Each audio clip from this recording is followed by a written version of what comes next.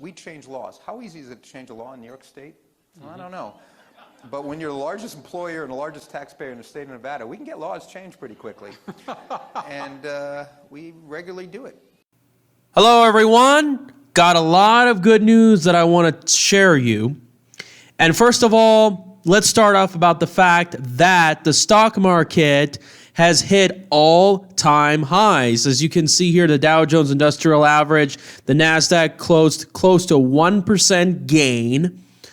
And you can see how the Dow Jones, based on earnings and a lot of different things, is getting close to 30,000. NASDAQ is getting close to 10,000, like I've mentioned in my 2020 forecast video. So things are looking really, really good. Now, yes, we can see a correction pretty soon, but then again, you got to remain optimistic. And you can see right here, oil hasn't performed very well in the 40s and 50s range.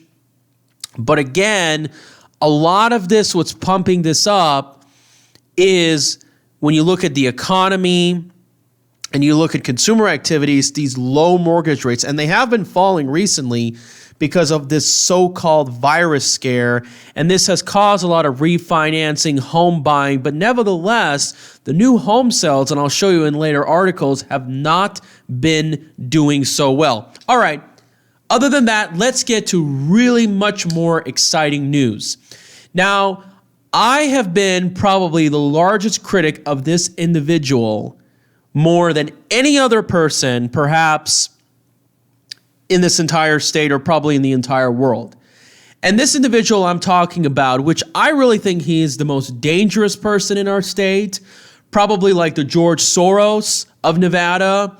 This guy is really the elephant in the room. Sometimes I've admit I've gone crazy or kind of like shocked that this guy is still having essentially a lot of influence in our state and leadership position, and that is Jim Murren of MGM Resorts is stepping down. And as you can see right here, I don't know what's exactly going on, but MGM is not looking too good. First of all, they got sued for the massacre that occurred about 2.5 years ago. Then they're selling a lot of their properties. They're breaking up. The same with Caesars. And a lot of their reports are not looking good. Now, what else could it be? The management sucks. Their prices keep going up. Resort fees, this and that. This son of a gun was the one that started the paid parking thing. And guess what? This is a man, from what I've seen, makes about $30-something million in total compensation. And from some of the reports I've seen, Murren sold company stock before the incident that occurred about 2.5 years ago. He's not to mention one of these wealthy individuals who's promoting this social justice, anti-white agenda. You can see his reactions to Charlottesville. He opposed the Trump immigration plan. And as you can see, he has funded many organizations from like the Southern Poverty Law Center and the Center for American Islamic Relations. I could be wrong. And more importantly, this individual, this dangerous son of a gun, has had a very large impact on the political scene in this state. We change laws. How easy is it to change a law in New York State? Well, I don't know. But when you're the largest employer and the largest taxpayer in the state of Nevada, we can get laws changed pretty quickly.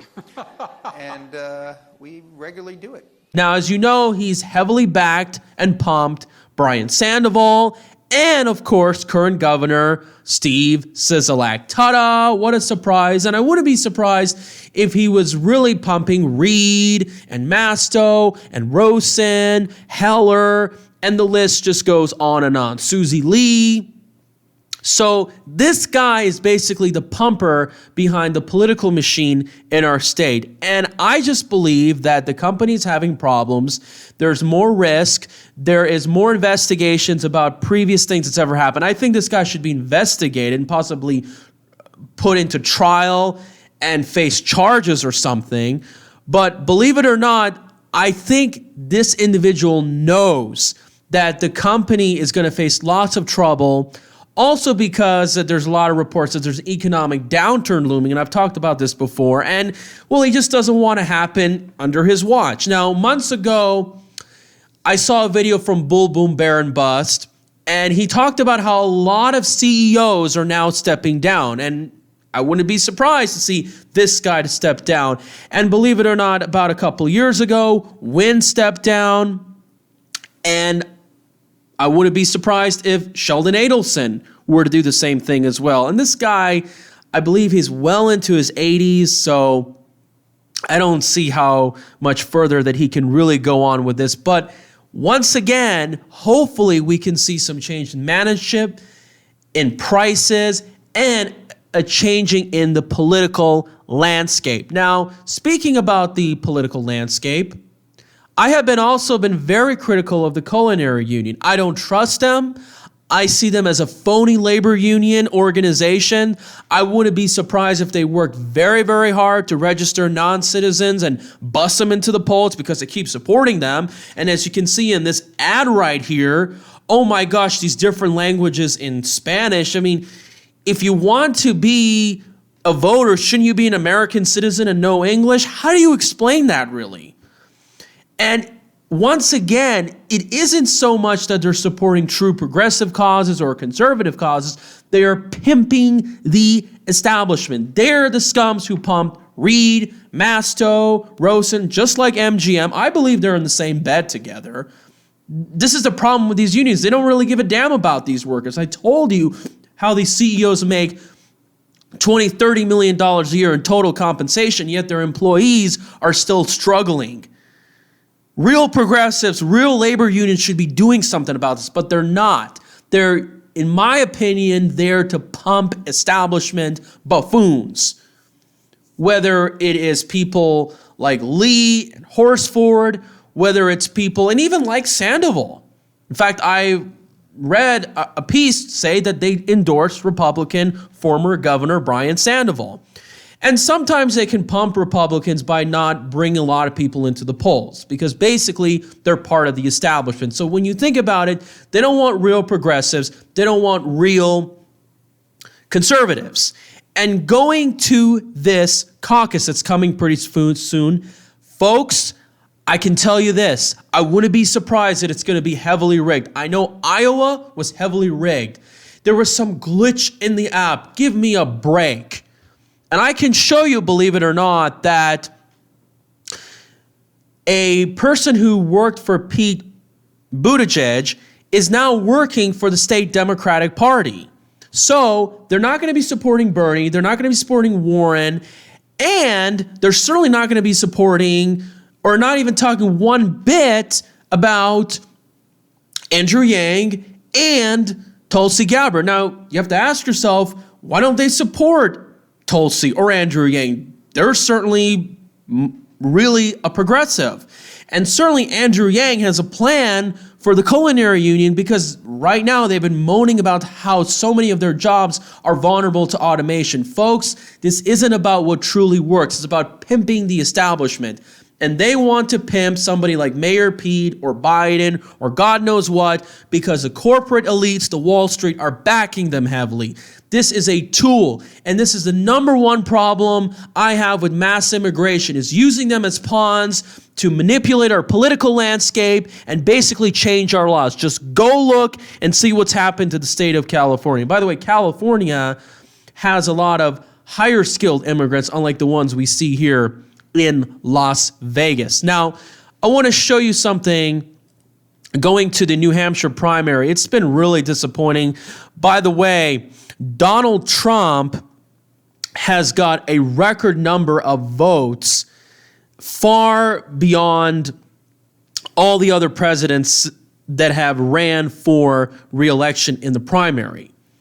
But once you take a look at this, it's not looking very, very good. Let's go down to see here how many votes were cast. 296,000. And then let's take a look right here. 253,000. So you would think that in a year where basically people are so frustrated with Trump, you see much, much higher numbers, but you are not. And then let's take a look at this. Bernie Sanders got 152,000 votes.